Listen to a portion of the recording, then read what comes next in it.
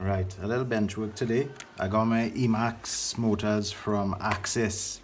They are 2306 2400 kV.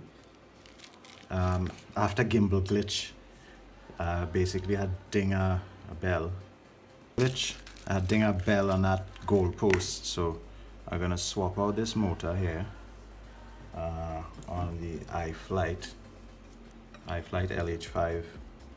It's one of these motors. This motor has a crack magnet, so I'm gonna swap this out.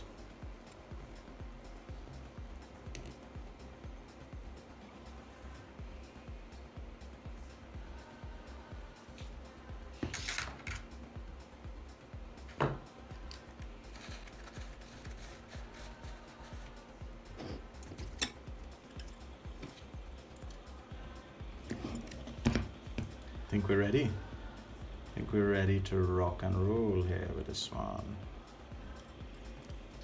Yeah. Let's do it.